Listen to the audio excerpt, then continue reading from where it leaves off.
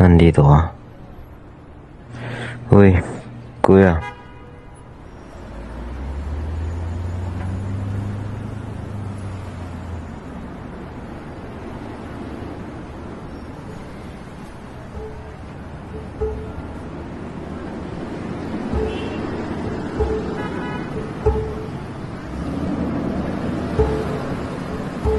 Umuwi ka na.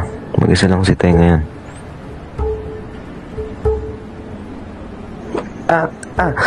Pasensya na po.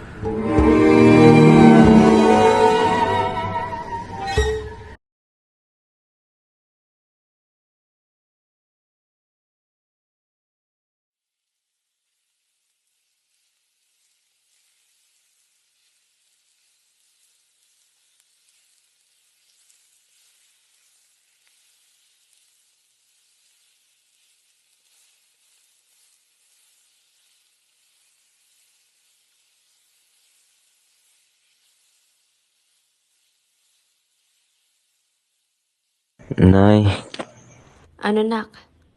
May nangyari ba? wala naman, Nay. Sabihin mo sa akin anak kung may nangyari. Sinabihan ako ng tanda doon sa may simbahan na bawal daw yung bata sa labas at mga ganitong oras. Yun yung sabi niya. Sinasabihan ka lang niya anak. Hindi lang naman ikaw nak. Delikado kasi paglabas at gabi na. Maraming nangyayari.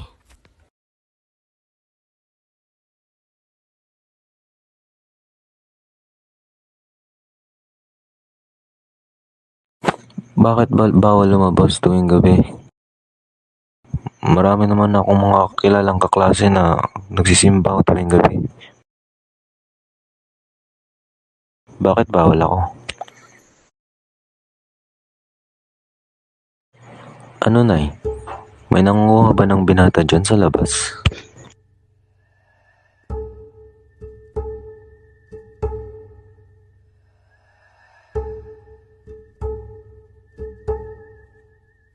Ano ba? Nak, narinig mo na ba ang kwento ni Maria Los Hambrientos? May babae noon. Mabait. Tahimik. Umibig sa maling tao.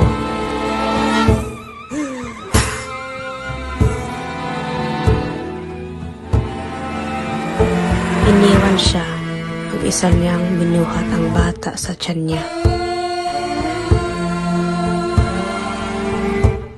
Pero hindi lahat masaya. May mga magulang na hindi kayang tanggapin ang kahihiyan. Kinuha nila ang anak. Kinuha nila ang mundo niya. At wala na siyang natira. Wala kundi gutom. Gutom na parang may kulang pa rin sa loob. Kaya sabi nila, mga bata ang hinahanap niya para iuwi at kainin. Ay nako.